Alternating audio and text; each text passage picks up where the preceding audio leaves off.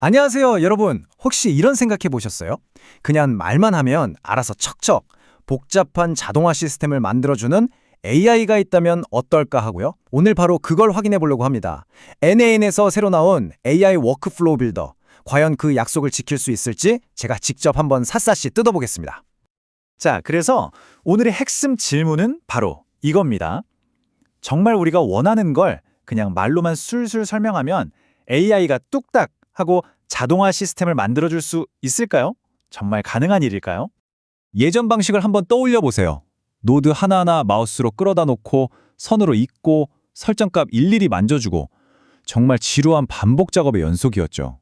그런데 이제는 그냥 프롬프트 한 줄이면 이 모든 게 끝난다는 거예요. 이게 진짜라면 와, 시간 절약이 어마어마하겠죠? 자, 그럼 이제부터 본격적으로 한번 파헤쳐 보겠습니다. 이게 진짜 혁신인지 아니면 그냥 뜬구름 잡는 소린지 가장 기본적인 사전 제작 템플릿부터 한번 돌려보면서 직접 확인해 보죠. 오늘 우리가 가지고 놀 도구는 바로 N8N AI 워크플로우 빌더입니다. 이름 그대로 우리가 평소에 쓰는 자연스러운 말로 설명하면 알아서 워크플로우를 만들어주는 기능이에요.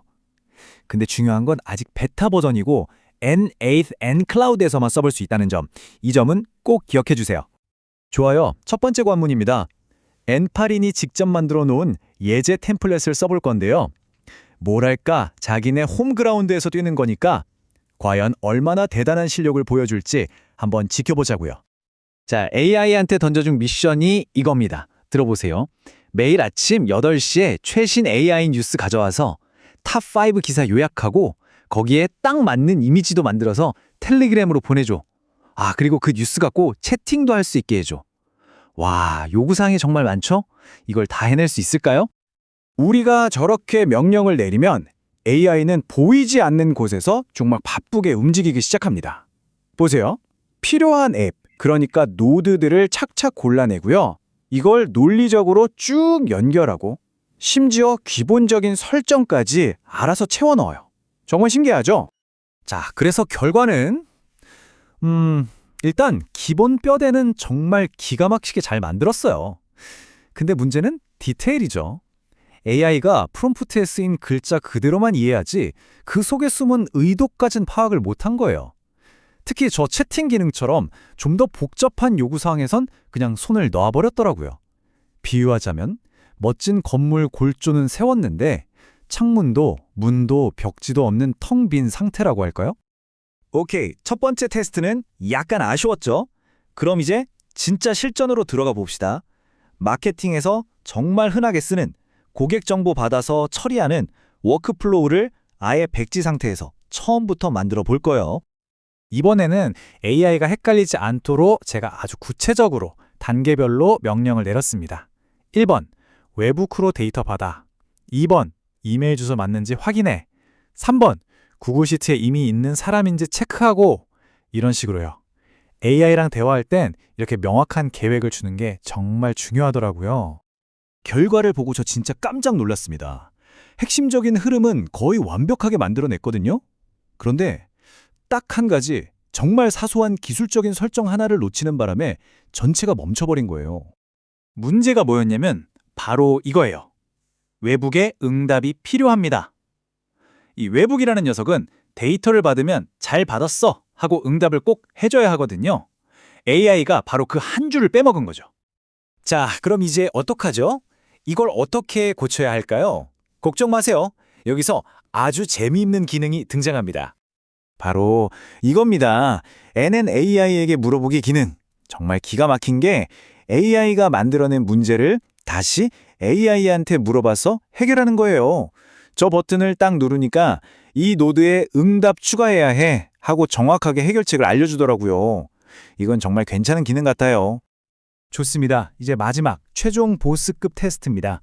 여러 앱을 오가면서 처리해야 하는 아주 복잡한 인보이스 발행 작업을 시켜볼 건데요.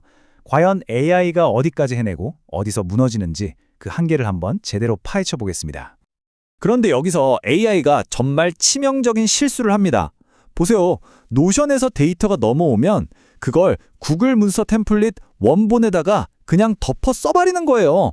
이러면 어떻게 되겠어요? 다음부턴 이 템플릿을 쓸 수가 없게 되죠. 원본을 건드리면 안 된다는 아주 기본적인 상식을 AI가 이해하지 못한 겁니다. 그래서 결국 어떻게 해결했냐고요? 프롬프트에 딱 한 줄을 추가해야만 했습니다. 제발 먼저 사본부터 만들어. 이렇게 명시적으로 알려두기 전까지는 AI는 스스로 알아서 사본을 만들 생각을 전혀 못하더라고요. 이게 바로 AI의 명확한 한계죠. 자, 그리고 이게 끝이 아닙니다. AI가 만들어준 초안을 제대로 돌리려면 사람이 직접 손봐야 할 게 이렇게나 많았어요. 데이터 항목 이름이 미묘하게 다른 걸 고쳐줘야 했고 필드값 종류도 바꿔줘야 했고요. 결국 AI가 뼈대를 세우는 시간은 벌어졌지만 이걸 진짜 작동하는 집으로 만드는 건 역시 사람의 몫이었습니다. 자, 이렇게 여러 테스트를 거치면서 AI를 아주 혹독하게 다뤄봤는데요. 그럼 이제 최종 결론을 내릴 시간입니다. 이 녀석 과연 쓸만할까요? 가속기일까요? 아니면 대체제일까요? 결론부터 말씀드리면 이 도구는 딱 80%짜리 솔루션입니다.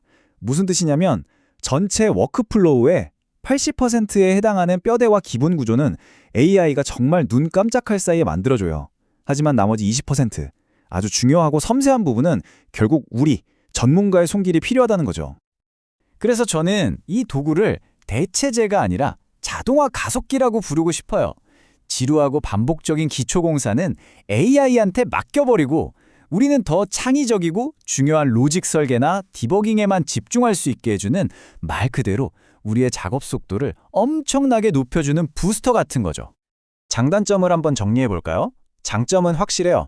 초보자도 쉽게 자동화를 시작할 수 있게 해주고 숙련자에게는 훌륭한 출발점을 제공하죠.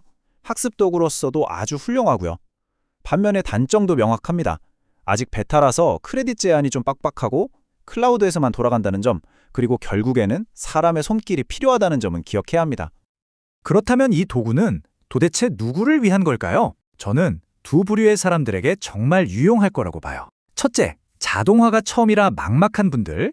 이 AI가 친절한 선생님처럼 하나하나 보여주거든요. 둘째, 이미 전문가지만 단순 반복 작업에 시간을 뺏기기 싫은 분들. 이분들에게는 작업 속도를 높여주는 강력한 가속기가 될 겁니다. 자, 오늘 이야기를 마무리하면서 마지막으로 이런 질문을 던져보고 싶네요. 이런 AI 도구들이 과연 단순히 우리가 일하는 방식만 바꾸는 걸까요? 어쩌면 우리가 새로운 기술을 배우는 방식 자체를 근본적으로 바꾸고 있는 건 아닐까요? 여러분의 생각은 어떠신가요?